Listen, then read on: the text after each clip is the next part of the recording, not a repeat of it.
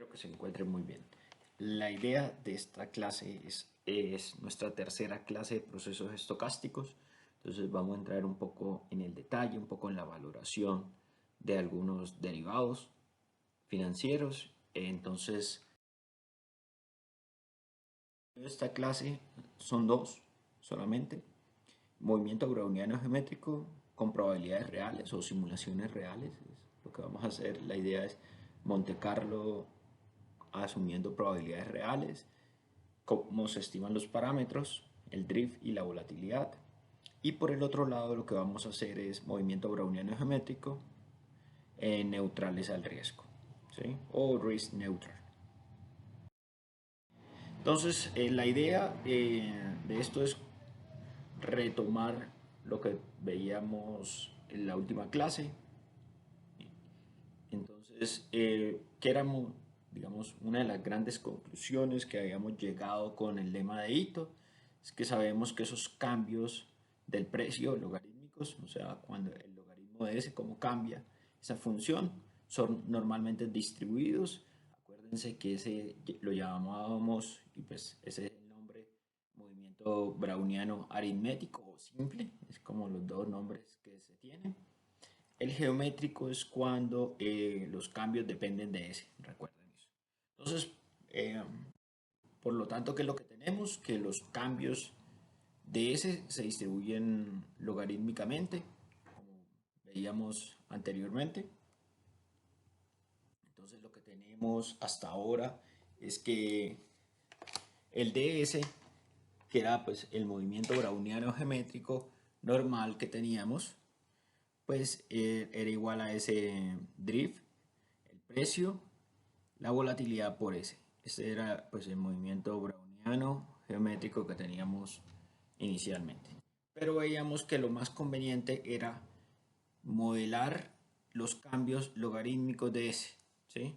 Y entonces encontrábamos con el lema de Ito que eso sigue un movimiento browniano aritmético o simple, como les acababa de decir. ¿Qué es la ventaja de esto? De que no depende de ese, ¿sí? Entonces, como lo van a ver a continuación, esos cambios del logaritmo eh, son iguales al drift, que es exactamente este que están acá, menos un medio por sigma cuadrado por dt más la volatilidad por ds. Acuérdense que este ds es un proceso de Wiener. Entonces, esto es un epsilon que se distribuye normal estándar por la raíz de t, ¿sí? Entonces, ¿qué es la conclusión? Lo más importante hasta ahora, frecuentemente y lo más usual, pues el 99% de las veces, lo que se hace para modelar esos precios de los activos, tasas de interés, precios de commodities u otras variables financieras, es modelar los cambios logarítmicos del precio.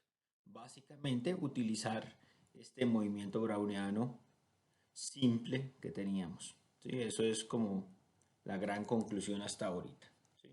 ¿Qué es lo importante de esto? Que los cambios de ese se distribuyen normales, ¿sí? Cómo cambia es en términos logarítmicos, ¿no? Aquí es bien importante esto. O sea, estos son o sea, esto es de G, ¿sí? Y eso es lo que se va a modelar. Entonces ya vamos a ver cómo se hace. Entonces, aquí pues solamente como un par de gráficas que ya vamos a hacer a continuación. Entonces, digamos cómo se ven los path. Entonces, digamos, uno tiene hasta acá y mira pues cómo es esa trayectoria. Digamos, aquí está la trayectoria real, esta es el forecast que se tiene y ahí se pueden sacar también intervalos de confianza, que eso es como lo normal.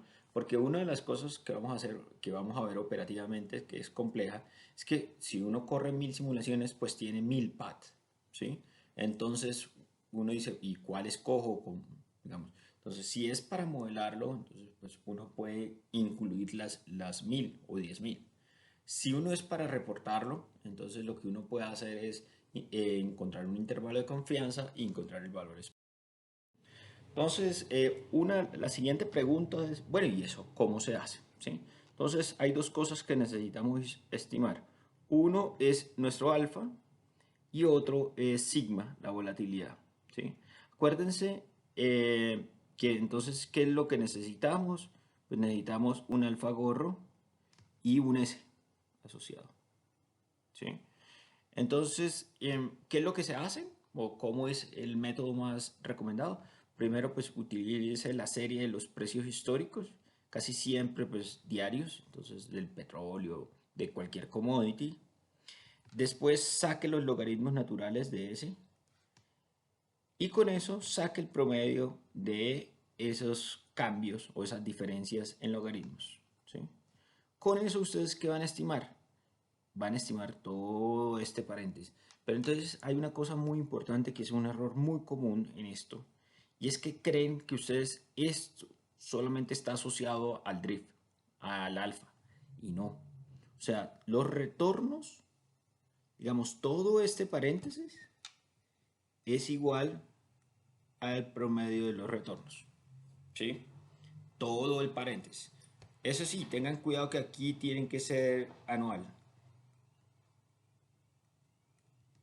¿sí? Entonces, eso es la idea. Entonces ustedes sacan, pues, por ejemplo, ¿qué es lo que se hace operativamente? Pues sacan los promedios de los retornos diarios, lo multiplican por 252, que son los días que se transan en la bolsa, y con eso ustedes encuentran todo el paréntesis.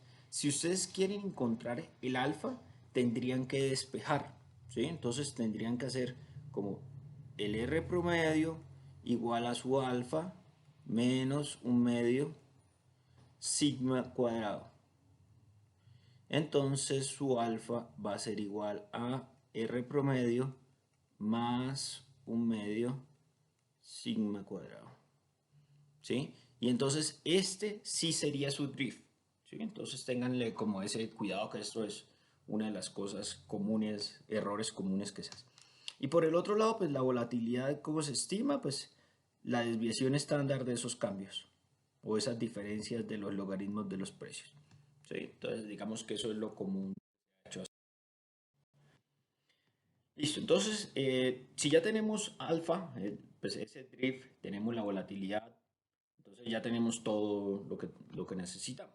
Entonces, si queremos simular esos paths de ST, entonces acuérdense que es la mejor alternativa, pues modelar los cambios del logaritmo. Entonces, y esos cambios del logaritmo siguen un movimiento browniano aritmético simple. Entonces, lo que teníamos es que, digamos, esos cambios en logaritmo, o sea, esas diferencias, acuérdense, esto, digamos, que ustedes ven acá, lo que va a hacer es ese diferencial del logaritmo de ST, ¿sí?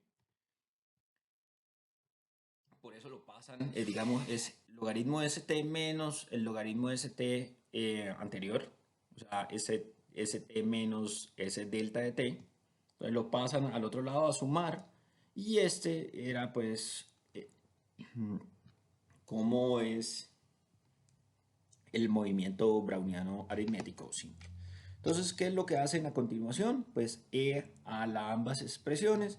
Entonces, para este lado, ¿qué es lo que van a tener? Pues en el caso que el delta del tiempo sea 1, digamos que es el caso más fácil, entonces van a tener st, y por el otro lado va a ser st a la toda esta expresión, ¿sí?, que tenían acá. Digamos, acá en este caso, pues ese delta del tiempo, digamos, este va a ser 1 y este también va a ser 1, ¿sí? Para que lo tengan ahí como ese cuidado. Y lo único raro, que es lo único que tienen que generar, es ese epsilon, que se distribuye normal estándar, ¿sí? Entonces, digamos, ¿cómo se ven, digamos, los intervalos? Acuérdense que, digamos, cuando uno lo hace de verdad, pues uno va a ver una cantidad de cosas así que suben, que bajan, ¿sí? Digamos, entonces usted lo que hace son 1000 de estas. Pero esas 1000 lo que ustedes pueden hacer es sacar pues cuánto es el promedio, que sería esta, y cuánto es ese, digamos, un P90, P10, y podrían sacar la mediana, ¿sí? O el valor esperado, como ustedes quisieran. Digamos, podrían sacar el P50. Y entonces, y serían los que normalmente ustedes irían a reportar. Entonces, eh, a continuación lo que vamos a ver es pues, cómo realizar la simulación de los procesos estocásticos. La clase de hoy lo que vamos a hacer, solamente vamos a hacer movimiento browniano geométrico. Y la siguiente clase, la clase número 4, vemos cómo se hace procesos de reversión a la media. Entonces, existen dos formas de simular procesos estocásticos. Una con probabilidades reales, que es lo que acabamos de hacer. Miren que ese drift estamos utilizando los retornos promedio. Entonces, miren que estamos utilizando son probabilidades reales, no probabilidades neutrales al riesgo. ¿Sí? Entonces, acuérdense que, digamos, esas son las dos alternativas, probabilidades reales o probabilidades neutrales al riesgo. Hasta ahorita lo que habíamos hecho son probabilidades reales porque estábamos con datos históricos. El supuesto más fuerte que se hace es que estoy asumiendo que el comportamiento histórico va a ser igual al comportamiento futuro, ¿sí? Que esto se va a repetir. Y por el otro lado lo que voy a hacer es probabilidades neutrales al riesgo, que esas son las muy importantes para hacer valoraciones en la cual no se permite arbitraje o bajo la ley de no arbitraje. ¿Sí? No hay forma de tener retornos excesivos. ¿Sí? Eso es la idea que hay detrás de eso. Entonces, las simulaciones neutrales al riesgo pues son las de fijación, las de fijar los precios de los derivados financieros, básicamente la forma de hacer pricing, entonces derivados climáticos, energéticos, eléctricos, lo que ustedes quieran, se tienen que hacer así, con probabilidades neutrales al riesgo. Esto en algunos casos no es fácil. Cuando la distribución, digamos, es normal, entonces, por ejemplo, uno tiene los retornos de un activo, pues van a ver que es sencillo. Si no, pues existen formas adicionales cuando las distribuciones no son normales. Entonces, cuando son Weibull, cuando son gamma, doble normal, entonces, básicamente hay unas cosas que son a través de portafolios con funciones de utilidad. Hay otra que es como la transformación de Eshel que se utiliza. Hay otras que es como el proceso que utilizan los contadores, así se utiliza. Entonces es como solamente con datos históricos. Digamos, hay varias formas, pero son como temas avanzados. Y por el otro lado, lo que uno tiene son probabilidades reales. ¿Esas para qué sirven? Entonces, para el VAR, cobertura y opciones reales. ¿Sí? Eso es, esta parte es uno de los temas que vemos a continuación, ¿sí? Pero más adelante. Entonces, ¿qué es lo que tenemos? Entonces, tenemos que esas probabilidades neutrales al riesgo, o risk neutral valuation, no asumen pues, que los inversionistas o las empresas son neutrales al riesgo. Lo que se asume es que no hay forma de hacer arbitraje. Eso es lo que hay detrás. No utiliza risk neutral valuation, no utiliza probabilidades reales, o sea, utiliza esa estimación de nuestro alfa, ¿sí? Eso es básicamente lo que quiere decir. Utiliza probabilidades neutrales al riesgo. Entonces, digamos que es la idea de esas simulaciones neutrales al riesgo, que las trayectorias no permitan ningún tipo de arbitraje. Acuérdense que esto es como lo más importante que tenemos hasta ahorita, ¿sí? Entonces, la pregunta es, bueno, ¿y cómo se hace para que no se permita arbitrar? Entonces, la intuición es sencilla. ¿Qué es lo que quiere decir? Me le voy a adelantar una diapositiva. Lo que quiere decir intuitivamente es que ese alfa o ese drift tiene que ser igual a la tasa libre de riesgo. Si esto crece, o pues digamos, ese movimiento browniano geométrico de los precios es mayor que, o sea, este drift es mayor que R, que la tasa libre de riesgo, entonces esto aumentaría en los precios más que la tasa libre de riesgo. Entonces uno se podría ir largo y podría hacer arbitraje. Si es al contrario, pues también, porque uno se podría ir en corto, ¿sí? Aquí hay que tener en cuenta de que esto es sin contemplar que pague dividendos o un yield de conveniencia, ¿sí? Normalmente lo que van a tener es que depende de un delta adicional. Entonces, probabilidades reales, ¿qué es lo que se hace? Pues se utiliza el alfa que ustedes estimaron. ¿Sí? Listo. Entonces, lo que les acababa de contar. Entonces, ¿qué es lo que ustedes van a tener? Que en probabilidades neutrales al riesgo, ustedes ahora su alfa nuevo, o digamos su alfa asterisco, va a ser igual a la tasa libre de riesgo menos ese yield de conveniencia, si estamos hablando de commodities, o el dividend yield. ¿Sí? Que esto acuérdense que es el yield, lo que se paga en dividendos, dividido el precio en bolsa. ¿Sí? Y este es el yield de conveniencia que uno puede tener. Entonces, digamos, ¿qué es lo que estamos garantizando? Imagínense, si esto es cero, lo que estamos garantizando es que ese alfa asterisco, digamos, con probabilidades neutrales al riesgo, es igual a la tasa libre de riesgo. Entonces, ¿qué es lo que nos va a cambiar? Digamos, acuérdense, cuando es el drift real, lo que tenemos era esta expresión. ¿Sí? Cuando va a ser ese nuevo alfa, o sea, ese nuevo alfa, entonces ahora esto es nuestro alfa asterisco que va a ser la tasa libre de riesgo menos el dividend yield que tengo. ¿Sí? Entonces, ¿qué es lo que van a hacer? Pues van a reemplazar ese alfa anterior por este. Y ya con eso tendrían probabilidades neutras. Entonces, como les comentaba en la diapositiva anterior, ahora lo que vamos a tener es que vamos a tener que esa modelación de los precios, acuérdense que lo que estamos aquí modelando son los retornos o retornos, los logaritmos de los retornos. Entonces por aquí aparece nuestro alfa asterisco para que sean probabilidades neutrales al riesgo. Esto que tiene que ser igual a nuestra tasa libre de riesgo menos ese yield de conveniencia o el dividend yield. ¿Sí? Acuérdense que que es la idea, que si algo, digamos, si algo no paga dividendos, pues los precios deben aumentar igual que la tasa libre de riesgo para evitar arbitraje. Si pagan dividendos, pues deben aumentar menos que la tasa libre de riesgo. ¿Por qué? Porque usted está recibiendo un dinero, que son ese yield de dividend yield. ¿Sí?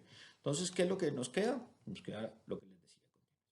Si esto es cero, pues entonces lo único que va a cambiar acá es que esto nos queda cero y esto nos queda toda esta expresión va a ser igual a la tasa libre de riesgo.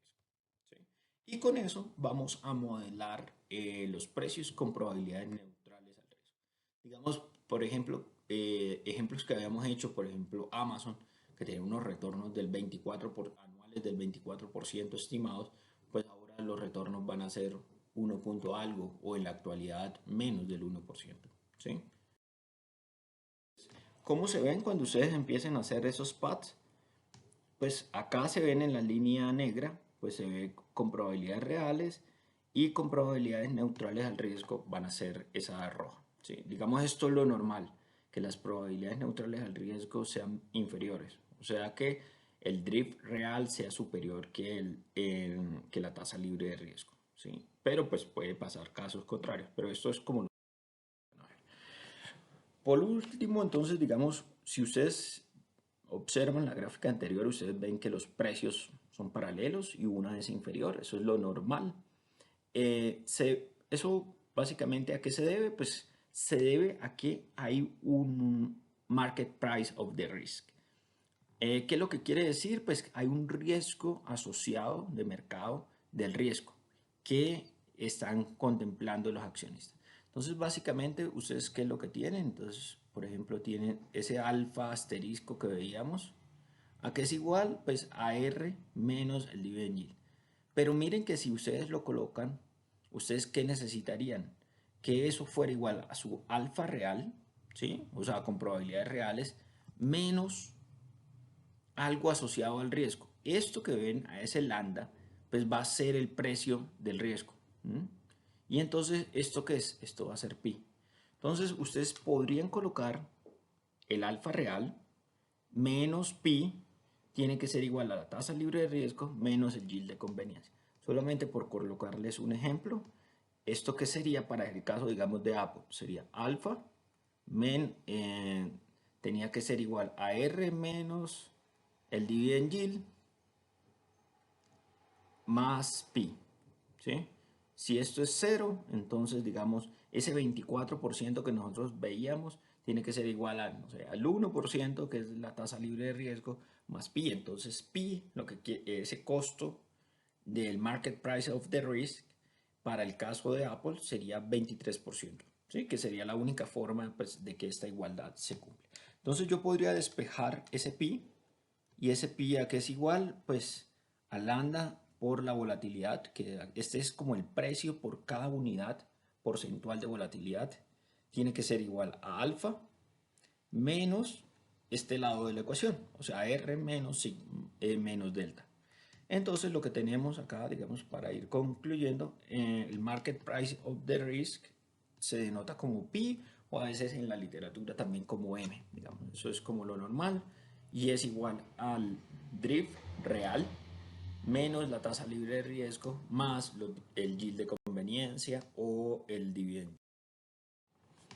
Por último, entonces, si uno quisiera estimar, pues, la prima de una opción europea por ahora, un C o un P minúsculo, acuérdense, que lo que uno hace, pues simula trayectorias, ojo con eso, con probabilidades neutrales al riesgo, ¿sí? Del activo subyacente. Entonces, esto es como lo más importante de esta diapositiva, que sean probabilidades neutrales al riesgo. Segundo paso, pues lo que ustedes hacen es que toman esa distribución en el vencimiento. Esa distribución al vencimiento tiene que ser con probabilidades neutrales al riesgo, ¿sí? Del activo subyacente, y lo que hacen es que calculan cuánto es esa prima, ¿sí? O el precio de esa opción. Digamos, para una call europea, ¿qué sería? Pues sería el máximo entre el precio en ese momento, digamos, ese precio STE, digamos, que tendríamos, menos el strike price o cero. Y eso traído a valor presente neto, ¿sí? En términos de una put, ¿qué sería? Sería el máximo entre K y S, 0, E a la menos RT. Sí, lo único que cambiaría, pues, es que usted la ejerce es cuando el precio es menor, y entonces usted se va a ganar K menos S, ¿sí? Y entonces, si ustedes hacen esto, digamos, muchas veces, entonces lo que van a encontrar es que C, digamos, en este caso va a ser igual al valor esperado. Entonces, a veces se denota como Q, lo que quiere decir es que son probabilidades neutrales al riesgo de el máximo entre S menos K, 0, y eso traído a valor presente neto, menos RT. ¿Sí? Digamos, eso es lo que se hace en la vida real. Y entonces se descuenta, y con eso puede encontrar los precios de las opciones.